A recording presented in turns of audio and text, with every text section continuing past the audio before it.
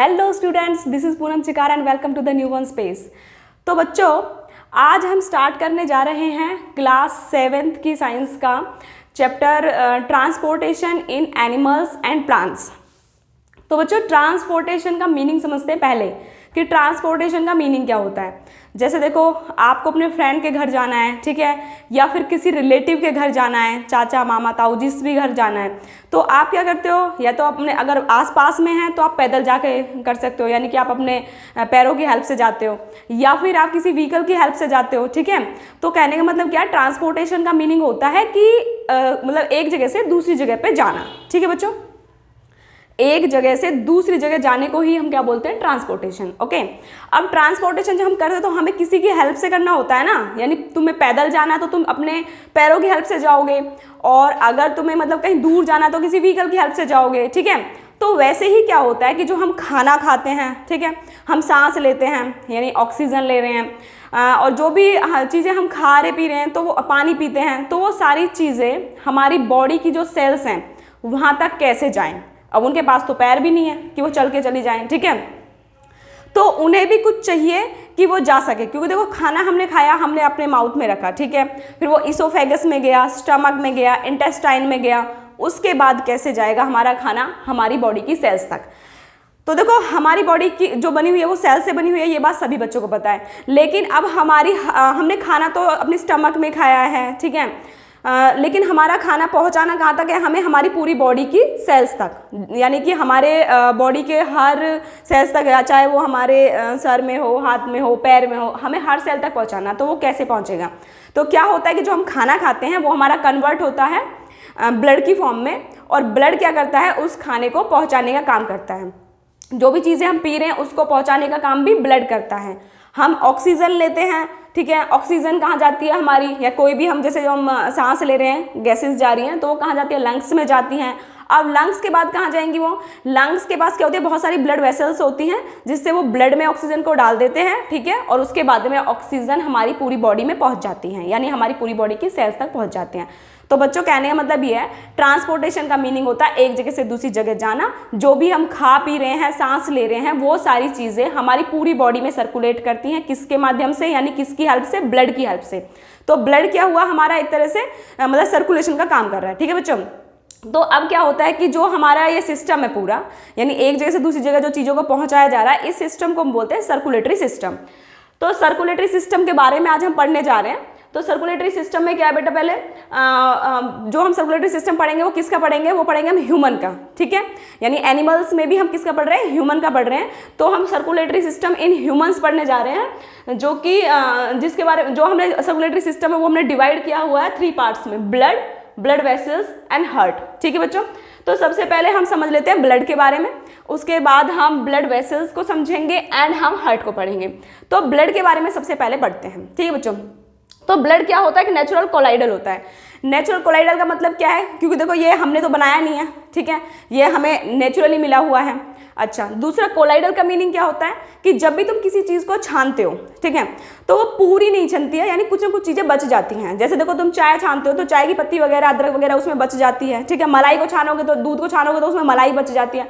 तो कहने का मतलब ये है कि जब भी तुम किसी चीज़ को छान रहे हो और उसमें कुछ ना कुछ ऊपर रह जाए, छलनी के ऊपर, ठीक है, कुछ चीज़ें नीचे चली जाए, तो उसको बोलते हैं कोलाइडल सॉल्यूशन। और इसको ऐसे भी समझ सकते हो कि भाई देखो, मतलब जैसे दूध का एग्जाम्पल ले सकते हैं कि दूध में कभी ऐसा तो नहीं होता ना कि तुमने एक गिलास दूध रखा हुआ है, नीचे कुछ मोटे पार्टिकल्स बैठ गए जा करके और कुछ पार्टिकल ऊपर घूम रहे हैं। जैसे देखो, तुम अगर पानी के अंदर तुम रेत डाल देते हो तो थोड़ी देर में रेत क्या होता है, नीचे बैठ जाता है, ठीक है, लेकिन दूध में ऐसा नहीं होता है। तो कोलाइडल सॉल्यूशन वो सॉल्यूशन होते हैं जिनके अंदर पार्टिकल्स बैठते नहीं है, यानी सेटल डाउन नहीं होते हैं, उसी के अंदर घूमते रहते हैं, ठीक है। वो मतलब ऐसे नहीं होता भाई कि ऊपर से वो बहुत पतला रह गया या फिर गाढ़ा रह गया है, नीचे हल्का हो गया है, मतलब ऐसा कुछ नहीं होता, वो ऊपर से नीचे तक पूरा एक जैसा ही रहता है, तो उनको बोलते हैं कोलाइडल सॉल्यूशन। तो ऐसे ही हमारा जो ब्लड है वो भी नेचुरल कोलाइडल होता है। दूसरा कनेक्टिव टिश्यू होता है हमारा ब्लड। कनेक्टिव टिश्यू कैसे होता है, ये मैंने तुमने प्रीवियस वीडियोस में पढ़ाया भी है। देखो, कनेक्टिव टिश्यू का मतलब क्या होता है कि जो हमारी पूरी बॉडी को कनेक्ट करके रखे, ठीक है। तो ब्लड क्या होता है, ब्लड हमारी पूरी बॉडी को कनेक्ट करके रखता है, पूरी बॉडी में घूमता है, ठीक है। तो इसलिए क्या है, कनेक्टिव टिश्यू है। जो हमारा ब्लड होता है इसका pH कितना है, हमारा 7.4 है। देखो बच्चों, जो हमारा ब्लड होता है, मतलब जो हमारा मतलब pH क्या होता है, पीएच स्केल पे अगर आप देखो, जैसे किसी भी चीज़ का पीएच तुम देख रहे हो, तो पीएच का मतलब है कि 7 से अगर नीचे गया तो वो एसिड है, और अगर वो 7 से ऊपर गया तो वो बेस है। और अगर किसी चीज़ का पीएच 7 है तो इसका मतलब ये है कि वो न्यूट्रल है। ठीक है बच्चों, तो देखो हमारे जो ब्लड है, ब्लड का जो पीएच है वो 7.4 है, तो इसका मतलब क्या है, ये हमारा बेस है। ओके, तो अब जो हम देखते हैं कि जो हमारा मेल है, यानी कोई भी हेल्दी मेल है, उसके अंदर जो ब्लड होता है वो हमारा 5.5 लीटर होता है, और फीमेल्स में जो ब्लड होता है वो हमारा 5 लीटर होता है, यानी आधा लीटर मेल से कम होता है। और जो हमारा ये ब्लड बन रहा है, ये बन कहाँ पे रहा है, ब्लड हमारा बनता है लीवर के अंदर। जो बच्चे होते हैं छोटे, यानी जो अपनी माँ के पेट में जो बच्चा है, ठीक है, जो भी पैदा नहीं हुआ है, उसके अंदर ब्लड जो बनेगा वो लीवर में बनेगा। और जो हमारे बच्चा मतलब पैदा हो जाता है उसके बाद तक, जब तक हम हमारी लाइफ रहती है, तब तक हमारा ब्लड कहाँ पे बनेगा, हमारे बोन मैरो के अंदर। ठीक है बच्चों, बोन मैरो में। तो आप ये सोचो कि जो हमारा ब्लड बन रहा है बोन मैरो के अंदर, और जो हमारे छोटे बच्चे हैं उनमें बन रहा है लीवर के अंदर। तो छोटे बच्चों में, मतलब छोटे बच्चे नहीं कहेंगे, क्या जो बच्चा पैदा नहीं हुआ उनके अंदर लीवर में बन रहा है, तो वो लीवर में क्यों बनता है, वो बोन मैरो में क्यों नहीं बनता? क्योंकि जो छोटा बच्चा होता है वो बहुत ही ज़्यादा, छोटा बच्चा नहीं कहेंगे, खैर एम्ब्रियो बोलते हैं उसको, जब बच्चा पैदा नहीं होता तो उसको हम एम्ब्रियो बोलते हैं। तो उसकी जो बोन मैरो होती है वो बहुत ही नाजुक होती है, इसलिए उनका जो ब्लड बनता है वो हमारा लीवर में बनता है।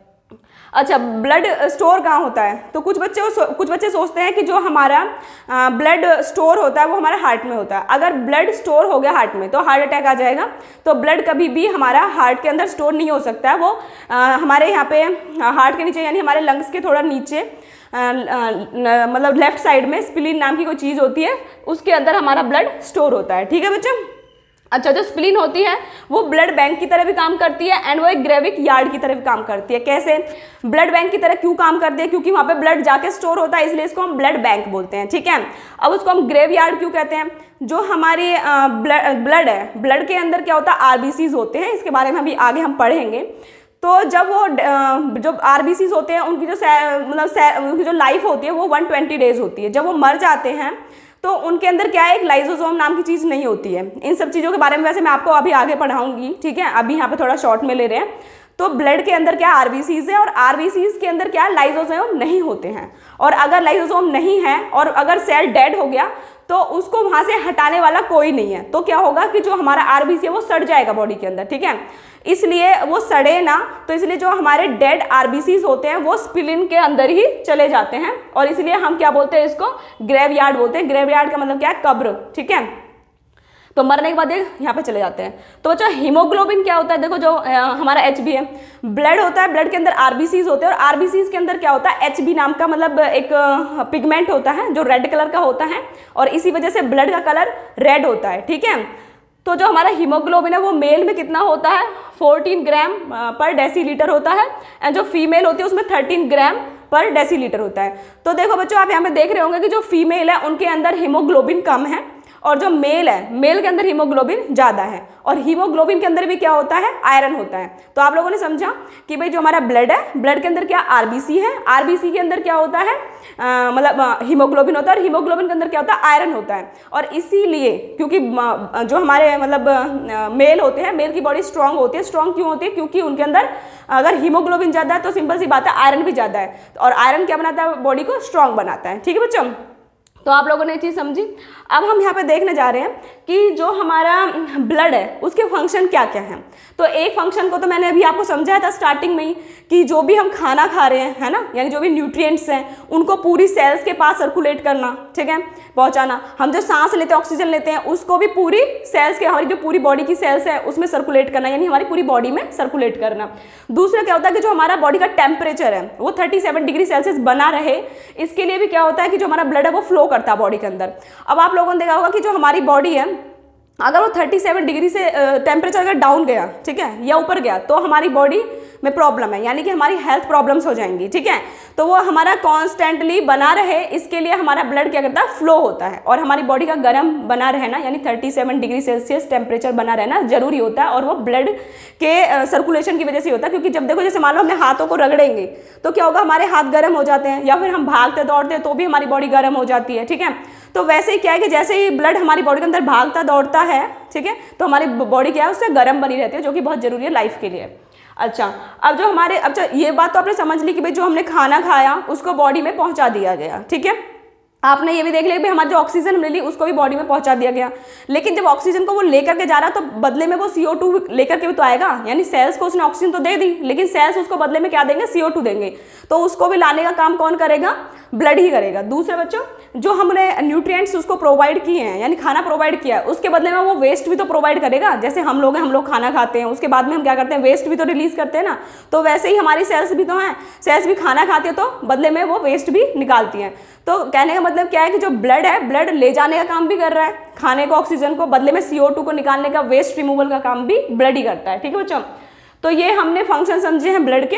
अब आगे हम काम करते हैं, अब हम आगे पढ़ रहे हैं ब्लड की कंपोजिशन के बारे में, यानी ब्लड के अंदर है क्या क्या चीज़, वो हम समझने जा रहे हैं। ठीक है बच्चों, तो जो ब्लड है, ब्लड हमारे दो मेन कंपोनेंट से बना हुआ है, एक है लिक्विड कंपोनेंट यानी फ्लूइड कंपोनेंट, और दूसरा हमारा है सॉलिड कंपोनेंट। ठीक है बच्चों, जो फ्लूइड कंपोनेंट है उसको हम बोलते हैं एक तरह प्लाज्मा, ठीक है, और जो सॉलिड कंपोनेंट है उसको हम बोलते हैं कॉर्पिकल्स, यानी कि उसके अंदर होते हैं बहुत सारे सेल्स। ठीक है, अच्छा, जो प्लाज्मा होता है हमारे ब्लड के अंदर वो होता है 60%, और जो कॉर्पिकल्स यानी सेल्स जो होते हैं वो होते हैं 40%। ठीक है, अच्छा, अब जो हमारा ये जो हमारा प्लाज्मा है इसके बारे में भी हम आगे पढ़ने वाले हैं अभी, और अभी थोड़ा सा मैं यहाँ पे ओवरव्यू दे रही हूँ, अभी पढ़ाऊंगी। तो कॉर्पिकल्स क्या है, जो कॉर्पिकल्स है हमारे, उसके अंदर कौन कौन से सेल आते हैं, 3 टाइप के सेल आते हैं जो मेन होते हैं।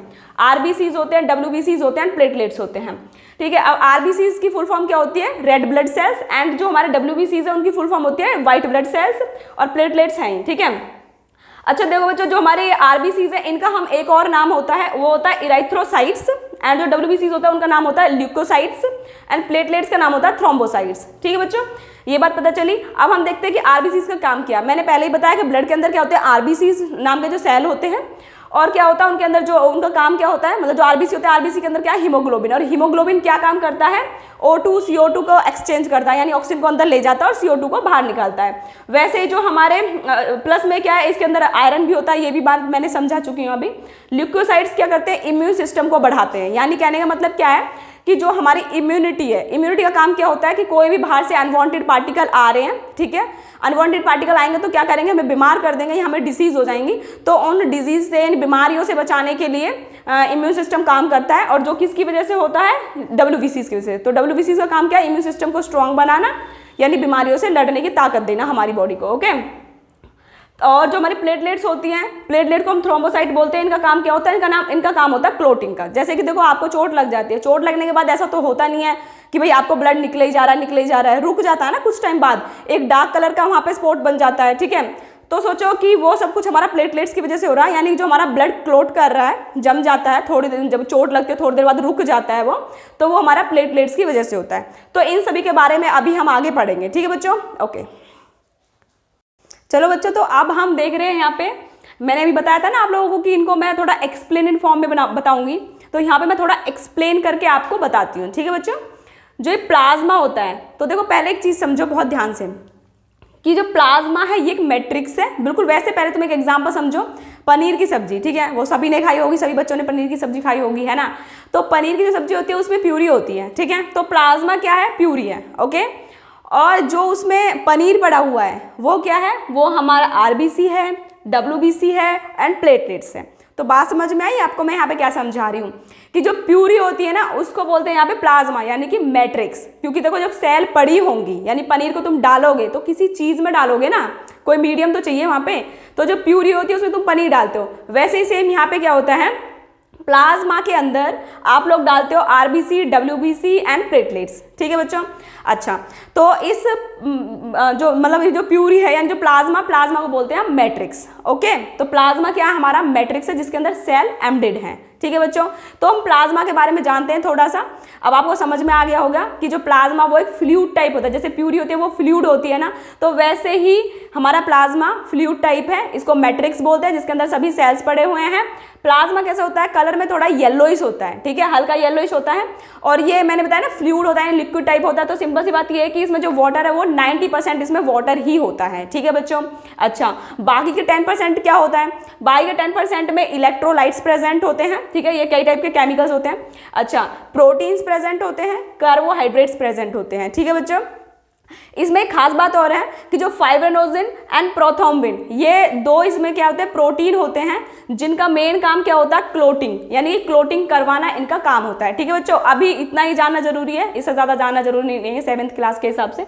अच्छा, अब हम बात करते हैं बच्चों आरबीसीज के बारे में। आरबीसीज क्या हैं, देखो जो हमारे आरबीसी होते हैं उनकी जो लाइफ है वो होती है 120 डेज। ठीक है, 120 डेज के बाद में क्या है कि आरबीसीज मतलब डेड हो जाते हैं। डेड होने के बाद कहाँ जाएंगे, ये मैंने पिछली वीडियो में आपको बताया था, स्प्लीन के अंदर चले जाते हैं। ठीक है, अच्छा तो ये अब क्या होगा, अब हमारे नए आरबीसीज बनेंगे। तो इसलिए अगर कोई भी हेल्दी पर्सन है वो ब्लड डोनेट आराम से कर सकता है, इसमें कोई प्रॉब्लम नहीं है, क्योंकि अगर वो ब्लड डोनेट नहीं करेगा तभी भी तो इन आरबीसीज को मर जाना है। ठीक है, तो हमारे आरबीसीज 120 डेज बाद मतलब इनकी डेड हो जाते हैं, इनकी जगह पे नए आरबीसीज बनते हैं। इनकी शेप कैसे होती है, डिश शेप्ड होती है, बिल्कुल ऐसा भी नहीं है सर्कुलर होती है, डिश शेप्ड के होते हैं। ठीक है बच्चों, ये अच्छा साइज में ये स्मॉल होते हैं डब्ल्यूबीसी से। ठीक है, डब्ल्यूबीसी बड़े होते हैं थोड़े साइज में, ये छोटे होते हैं। इनके अंदर क्या खास बात है, न्यूक्लियस एब्सेंट होता है। अब देखो वो न्यूक्लियस एब्सेंट क्यों है, जो हमारे ब्लड के अंदर आरबीसीज हैं, आरबीसीज के अंदर क्या होता है, हीमोग्लोबिन होता है। ठीक है, और हीमोग्लोबिन के अंदर आयरन होता है, ये बात मैं आपको समझा चुकी हूँ। अच्छा, जो हीमोग्लोबिन है उसका काम क्या है, ऑक्सीजन को बाइंड करना और उसको बॉडी के सेल्स तक पहुंचाना। अच्छा, अब एक बात सोचो कि जो हमारी सेल के अंदर यानी आरबीसी के अंदर जो न्यूक्लियस है वो बहुत सारा स्पेस घेर के रखता है ना। तो आरबीसीज क्या करते हैं, जैसे ही आरबीसी जब छोटे होते हैं, मतलब जब आरबीसीज जैसे थोड़े मैच्योर होंगे तो अपने वो न्यूक्लियस को हटा देते हैं, इसलिए ताकि वो ज़्यादा से ज़्यादा ऑक्सीजन को बाइंड कर सके अपने साथ में और हमारी बॉडी के पास यानी हमारे सेल्स के पास में बहुत ज़्यादा ऑक्सीजन को पहुंचा सके। ठीक है बच्चों, तो आप लोगों को समझ में आया कि आरबीसीज के अंदर न्यूक्लियस नहीं होता है। और न्यूक्लियस क्यों नहीं होता है, ताकि हमारे आरबीसी ज़्यादा से ज़्यादा ऑक्सीजन को बाइंड कर सके और ज़्यादा ऑक्सीजन को हमारी बॉडी में पहुंचा सके, जो कि बहुत ज़रूरी है हमारी लाइफ के लिए। ठीक है बच्चों, अच्छा न्यूक्लियस एब्सेंट होता है, ये वाली बात क्लियर हो गई है। लाइसोसोम भी एब्सेंट है भैया, अब लाइसोसोम भी एब्सेंट है। तो देखो लाइसोसोम एब्सेंट है इसलिए क्या होता है, पहले बात तो ये समझो कि लाइसोसोम होता क्या है, लाइसोसोम क्या है, मैं थोड़ा शॉर्ट में बताऊंगी क्योंकि ये सेल चैप्टर में पढ़ने को आपको मिलेगा, वैसे 9th क्लास में भी। देखो जो लाइसोसोम होता है हमारी सेल होती है। ठीक है, अब सेल के अंदर क्या होता है, एक लाइसोसोम होता है। अब लाइसोसोम का काम क्या होता है, लाइसोसोम का काम होता है कि जैसे ही सेल डेड होगी, ठीक है, या सेल काम करने लायक नहीं रहती है, सेल को कोई भी चोट लग जाती है, यानी इन किसी भी केस में जब सेल हमारी काम करने लायक नहीं है तो लाइसोसोम क्या करते हैं, फट जाते हैं और फटने के बाद में उसके अंदर से बहुत सारे एंजाइम निकलते हैं। एंजाइम निकलने से क्या होता है कि वो सेल को खा जाते हैं, यानी सेल को खत्म कर देते हैं। समझ में आ गया, ओके। तो अगर लाइसोसोम इसके अंदर नहीं होते आरबीसी के अंदर और अब आरबीसी मर गया, यानी आरबीसी जो सेल है वो मर गई, ठीक है, डेड होगी, अब उसको कौन खत्म करेगा, वो तो हमारे ब्लड के अंदर पड़ी पड़ी सड़ जाएगी ना, ठीक है, और हम बीमार हो जाएंगे। तो इसलिए क्या होता है, आरबीसी के अंदर लाइसोसोम ना होने की वजह से हमारे जो आरबीसीज होते हैं वो स्प्लीन के अंदर चले जाते हैं। मैंने पिछली अभी आपको समझाया था। तो क्या होता है कि जो स्प्लीन के अंदर चले जाते हैं जो हमारे डेड आरबीसीज होते हैं, ठीक है बच्चों, ओके, वहां पे जाकर के ये खत्म हो जाते हैं। अच्छा, तो लाइसोसोम की बात भी क्लियर हुई। अब हमारे किसी भी हेल्दी पर्सन के अंदर आरबीसीज होते कितने हैं, ये कम से कम 50 लाख के आसपास होते हैं, ठीक है बच्चों। अच्छा, ऐसे कोई फिक्स नहीं है, बिल्कुल 50 लाख है, कोई भी इंसान हेल्दी है, कोई बहुत ज़्यादा हेल्दी है, कोई थोड़ा सा कमज़ोर है, तो उस हिसाब से ये वेरी करेंगे, लेकिन 50 लाख के अराउंड होते हैं, ठीक है बच्चों। अच्छा, अगर आरबीसीज की कमी होगी तो आप लोगों को पता है कि ये बात आपने बहुत ज़्यादा सुनी होगी कि भाई ब्लड की कमी होगी है, ठीक है, या मतलब ब्लड की कमी होना मतलब हीमोग्लोबिन कम होना, यानी कि आरबीसीज कम होना, क्योंकि देखो आरबीसीज के अंदर ही तो हीमोग्लोबिन है ना, ब्लड है, ब्लड के अंदर आरबीसी है और आरबीसी के अंदर क्या है, हीमोग्लोबिन है। तो आरबीसी कम तो मतलब हीमोग्लोबिन कम, ठीक है। तो उस बंदे को क्या हो जाता है, एनीमिया नाम की एक बीमारी हो जाती है, ठीक है। तो इसलिए अच्छा खाना चाहिए, हरी सब्जियां अच्छे से खाओ, ठीक है, जिन भी चीज़ों से हमारा हीमोग्लोबिन बढ़ता है, चुकंदर वगैरह से, वो सब चीज़ें खानी चाहिए हेल्दी रहने के लिए। क्योंकि देखो अगर आपके अंदर आरबीसी की कमी हुई, हीमोग्लोबिन की कमी हुई, तो आप बहुत ज़्यादा आलसी फील करोगे, बहुत सुस्त फील करोगे, ठीक है, मतलब आपका मन ही नहीं करेगा उठ के पढ़ने का, आपका मन करेगा बस लेटे रहने का, आराम करने का, रेस्ट में रहने का, आपका कुछ काम करने का मन नहीं करेगा, आप एनर्जेटिक फील नहीं करोगे, ठीक है बच्चों। तो इसलिए हमारे अंदर आरबीसीज ज़्यादा होने जरूरी होते हैं, ठीक है बच्चों, ओके। अब हम बात करते हैं डब्ल्यूबीसीज की। देखो डब्ल्यूबीसीज क्या होते हैं, डब्ल्यूबीसीज हमारे व्हाइट ब्लड सेल्स होते हैं, जैसे ये रेड ब्लड सेल्स थे वैसे ये व्हाइट ब्लड सेल्स होते हैं। तो आप समझ रहे होंगे, जो व्हाइट ब्लड सेल्स है तो मतलब एक तरह से कलरलेस होते हैं, ठीक है, इनमें कलर नहीं होता है। और इनकी लाइफ कितनी होती है, इनकी लाइफ कुछ आवर्स से लेकर यानी कुछ घंटों से लेकर के कुछ सालों तक भी हो सकती है, क्योंकि डब्ल्यूबीसीज के अंदर क्या होता है, डब्ल्यूबीसीज के अंदर बहुत सारे टाइप के सेल्स होते हैं। WBCs के अंदर वो आप हायर क्लासेस में पढ़ोगे कि WBCs बहुत सारे टाइप के होते हैं और उन टाइप्स में से सबकी लाइफ अलग अलग होती है, ठीक है, वो डिपेंड करता है टाइप पर ही। अच्छा, शेप कैसी होती है इनकी? इरेगुलर शेप्ड होती है, साइज में थोड़े बड़े होते हैं, जैसे RBCs छोटे होते हैं वैसे ही साइज में थोड़े बड़े होते हैं। अब इनके अंदर तो न्यूक्लियस प्रेजेंट है ना, न्यूक्लियस प्रेजेंट है तो इनको स्प्लीन में जाने की जरूरत नहीं होती है। अच्छा, लाइसोसोम भी इनके अंदर प्रेजेंट होता है, ठीक है। अच्छा ठीक है बच्चों, तो इनके अंदर न्यूक्लियस प्रेजेंट है, लाइसोसोम भी प्रेजेंट है। लाइसोसोम प्रेजेंट होने की वजह से इनको स्प्लीन में जाने की जरूरत नहीं पड़ती है। ये किसी भी हेल्दी पर्सन के अंदर कितने होते हैं? कम से कम 10,000 के आसपास ये किसी भी हेल्दी पर्सन के अंदर प्रेजेंट होते हैं। और अगर WBCs की कमी पड़ गई तो हमें क्या होगा? तो हमारा इम्यून सिस्टम बहुत ही वीक हो जाएगा, ठीक है, और हमें कोई भी बीमारी आकर के लग जाएगी, यानी कि हम बीमार सा फील करेंगे, हमें बहुत जल्दी बीमारियां लग जाएंगी, हमें ऐसा नहीं बीमारियों से हम फाइट नहीं कर पाएंगे, ठीक है बच्चों। तो WBCs का भी स्ट्रॉन्ग होना बहुत जरूरी है और WBCs का ज्यादा होना भी हमारी बॉडी के अंदर जरूरी है, मतलब जितने होने चाहिए एक हेल्दी पर्सन के अंदर उतने, बहुत ज्यादा भी नहीं, ठीक है। अच्छा, प्लेटलेट्स की अगर हम बात करें बच्चों तो ये क्या है? प्लेटलेट्स के बारे में थोड़ा सा मैंने बताया था अभी, अब आगे थोड़ा और ज़्यादा बता देती हूँ। देखो प्लेटलेट जो होती है वो हमारी कितनी लाइफ होती है इनकी? 8 to 14 डेज इनकी लाइफ होती है, ठीक है, 8 to 14 डेज तक इनकी लाइफ हो सकती है। अच्छा, राउंड शिफ्ट, पहली बात तो देखो वैसे आप लोगों ने प्लेटलेट्स के बारे में बहुत सुना होगा क्योंकि जब भी किसी को डेंगू होता है तो उसकी प्लेटलेट्स डाउन जाते हैं, ठीक है, तो आप लोगों ने अच्छे से सुना होगा। देखो प्लेटलेट्स क्या होती है? राउंड शेप्ड की होती है, ठीक है, बिल्कुल सर्कुलर शेप होता है इनका। अच्छा, और साइज में भी बहुत छोटी होती है ये, ठीक है। न्यूक्लियस इसके अंदर भी नहीं होता, जैसे RBCs के अंदर न्यूक्लियस नहीं था वैसे ही प्लेटलेट्स के अंदर भी न्यूक्लियस नहीं होता है। और ये कलरलेस होती हैं, इनका भी कोई कलर नहीं होता है, जैसे ये हमारे RBC रेड कलर के थे, WBC कलरलेस थे, वैसे ही प्लेटलेट्स भी हमारे क्या कलरलेस है। और ये किसी भी हेल्दी पर्सन के अंदर कितनी होती है? ये 2 लाख के आसपास में किसी भी हेल्दी पर्सन के अंदर होती है, ठीक है बच्चों। अच्छा, वैसे प्लेटलेट्स का जो मेन काम होता है वो होता क्या है? मैंने अभी पीछे ही बताया था, इनका काम होता है डार्क रेड क्लोट, यानी कि जब तुम्हारे कोई कट लगता है, ठीक है, ब्लड निकलना स्टार्ट हो गया है, या कोई भी फुंसी होती है, ठीक है, मतलब कुछ भी होता है अगर जहाँ से आपका ब्लड निकल रहा है, तो ऐसा तो है नहीं भी आपको छोटा सा कट लगा और आपका ब्लड निकलता है चला गया, वो रुक जाता है थोड़ी देर में, थोड़ा सा ब्लड निकलता है और फिर रुक जाता है। तो रुकता किसकी वजह से है? वो हमारे प्लेटलेट्स की वजह से रुकता है और वहाँ पे थोड़ी देर बाद क्या हो जाता है? एक डार्क रेड कलर का स्पॉट बन जाता है और जिसकी वजह से ब्लड रुक जाता है, तो वो काम प्लेटलेट्स का है। तो बच्चों आपको इन सभी चीज़ों के बारे में क्लियर हो गया होगा, यानी कि plasma, RBCs, WBC and platelets, ठीक है। अब हम आगे अगली वीडियो में पढ़ेंगे नेक्स्ट, ठीक है, ब्लड वेसल्स के बारे में। तो अभी इस वीडियो में इतना ही बहुत है। हमारे चैनल को लाइक, शेयर एंड सब्सक्राइब करना बिल्कुल ना भूलें और बेल आइकन को जरूर दबाएं ताकि वीडियो आपके पास खुद चल करके आए, ठीक है बच्चों। Bye bye, take care.